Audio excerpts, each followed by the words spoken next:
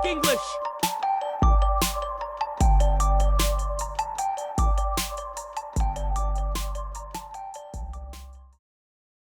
Imagine for a second that you run the marketing department for a massive, multi-billion-dollar fast food brand. Okay, high-stress job already. Right. And your PR team spends, literally millions of dollars every single year focus grouping polite, completely safe ads. Yeah, super risk-averse, strict brand voice guidelines, always relentlessly helpful to the customer. Exactly. So you're playing it totally safe.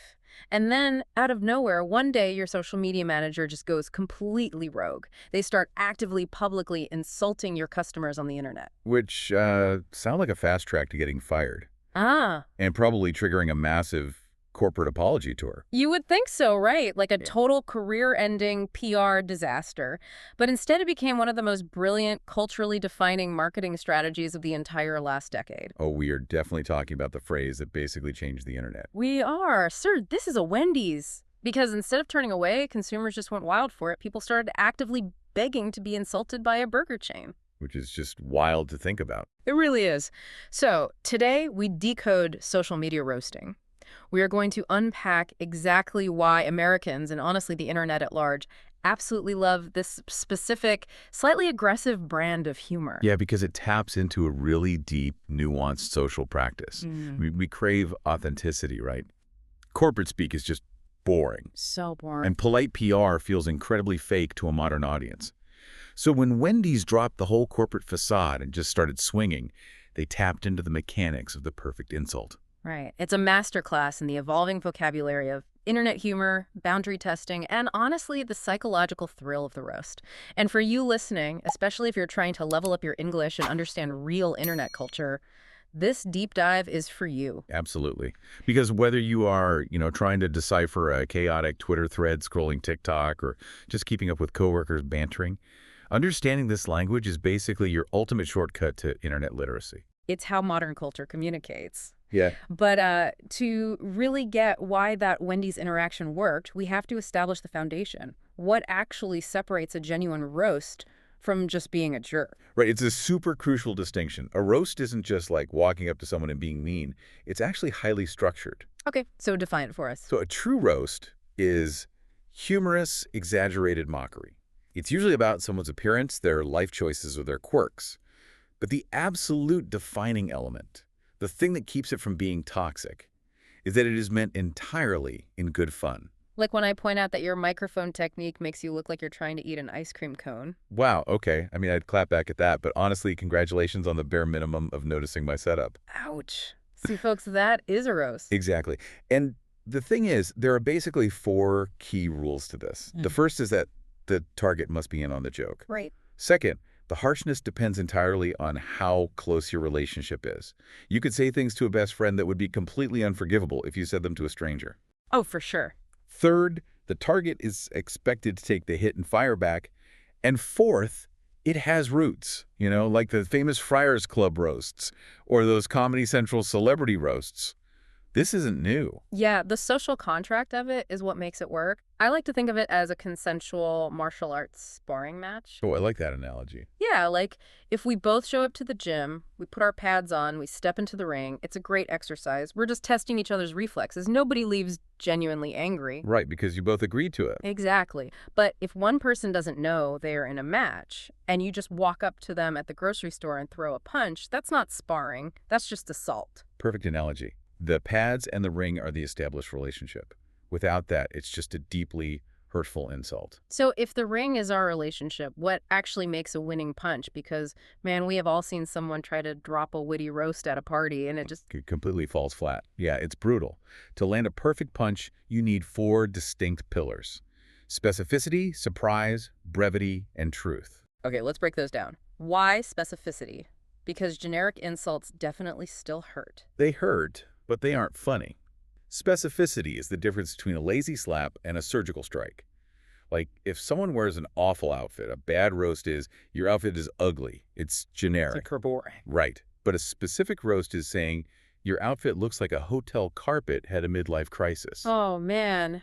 That is so good. It forces your brain to visualize a depressed hotel carpet. The laugh is just involuntary at that point. Exactly. Which brings us to surprise. Mm-hmm. Our brains love pattern recognition.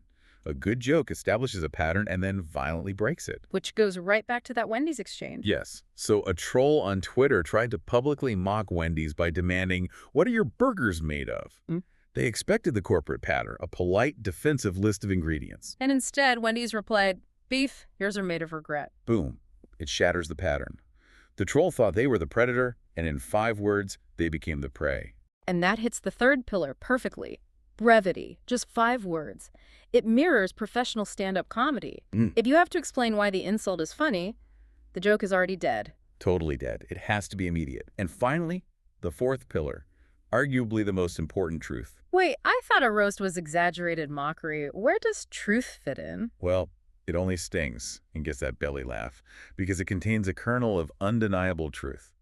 It's an observation everyone was secretly thinking, but no one was brave enough to say. Ah, so it's like a funhouse mirror. It's distorted and exaggerated, but the reflection is still undeniably you. Exactly. Yeah. And because these mechanics are so specific, the internet basically had to invent an entirely new vocabulary just to describe these interactions. Yes, the roast vocabulary. This is crucial for our learners listening. Let's run through some of these terms and actually demonstrate them. Let's do it.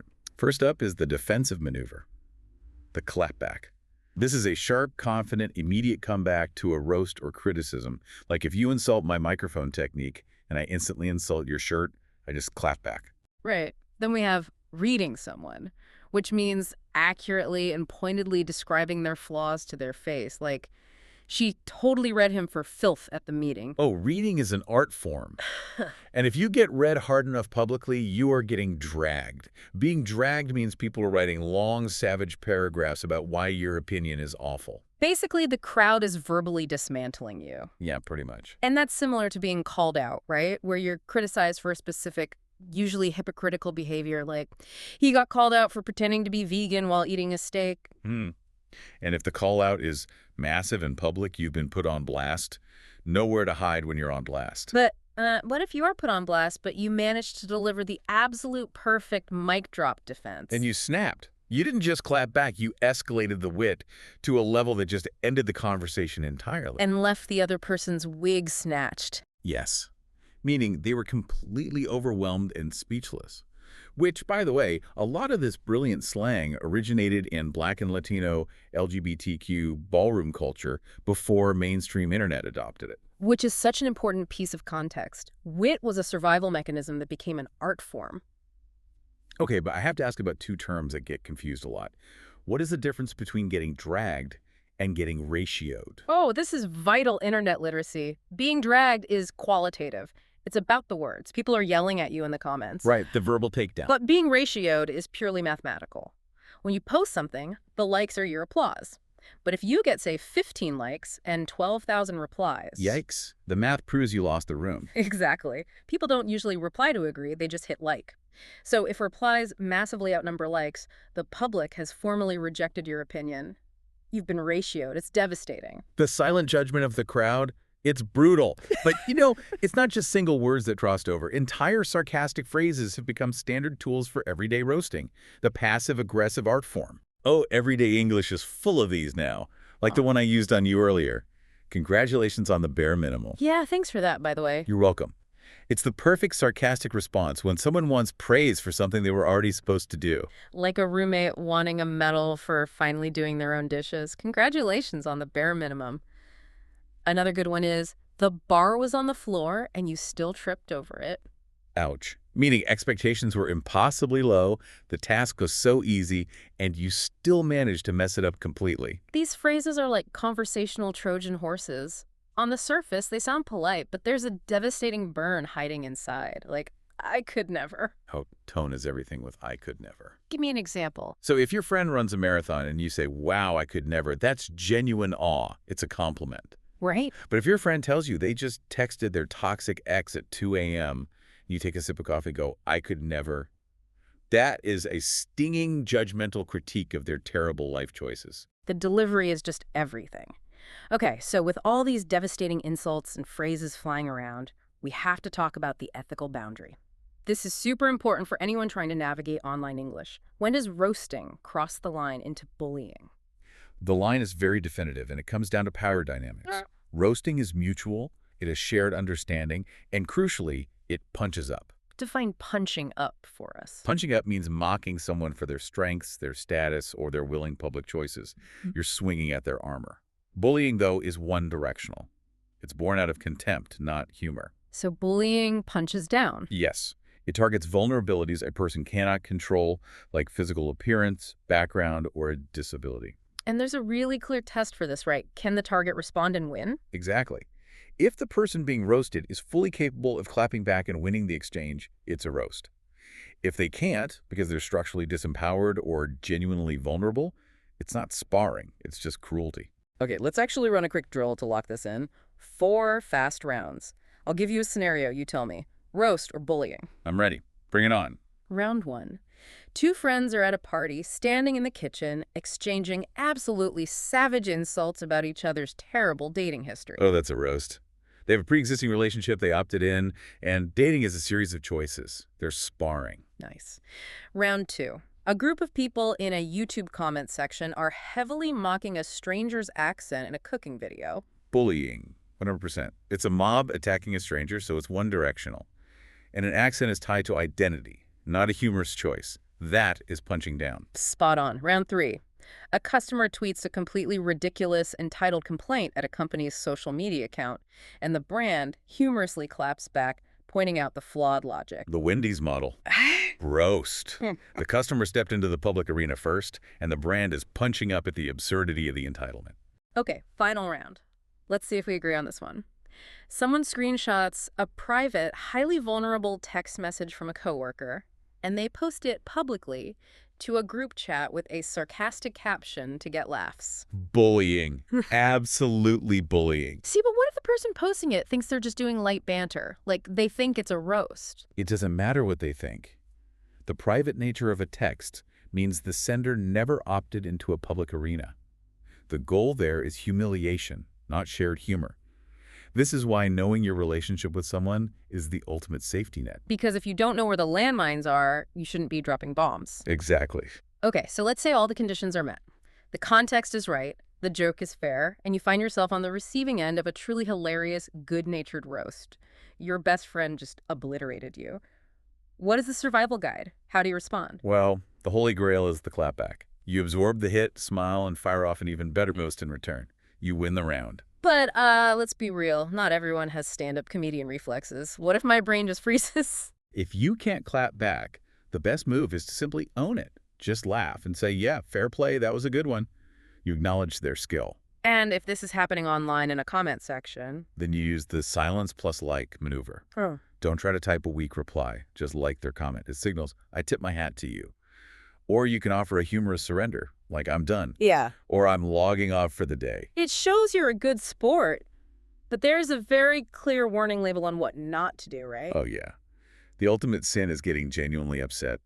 If it's a fair roast and you get defensive, you kill the vibe completely. You broke the social contract. And the second sin? Trying to logically explain why the roast was factually inaccurate. In internet slang, this is called taking the L, taking the loss. Humor doesn't care about your factual defense. Yeah, it's like using a graphing calculator at a poetry slam. Just completely the wrong tool. Right, it just makes you look desperate. So, to quickly recap our vocabulary focus today for everyone taking notes, we defined a roast as good-natured, exaggerated mockery. We learned to clap back with a sharp response. We know getting dragged is a verbal takedown, while getting ratioed is a mathematical defeat in the comments. And most importantly, we learned the crucial difference between punching up for a laugh and punching down, which is just bullying. Exactly. So what does this all mean for you as you navigate online spaces?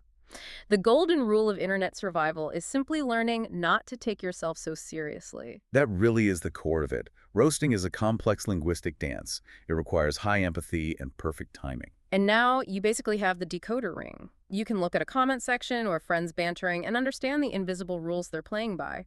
And you know how to survive without ever taking the L yourself. But before we wrap up, I want to leave you with a provocative thought. We established that roasting requires deep shared trust to be ethical. So what does it say about modern society that we now constantly seek out and cheer for viral roasts between complete strangers and faceless brands? Have we replaced genuine intimacy with the public performance of it? Oof, that is a heavy question to chew on. Are we all just gathered around a digital sparring ring cheering for people who forgot their pads? We will let you decide. So what's the best comeback you've ever seen online or given yourself? Let us know in the comments. Full roasting energy only. And hey, if you're new here, subscribe so you don't miss next week's deep dive. Catch you next time.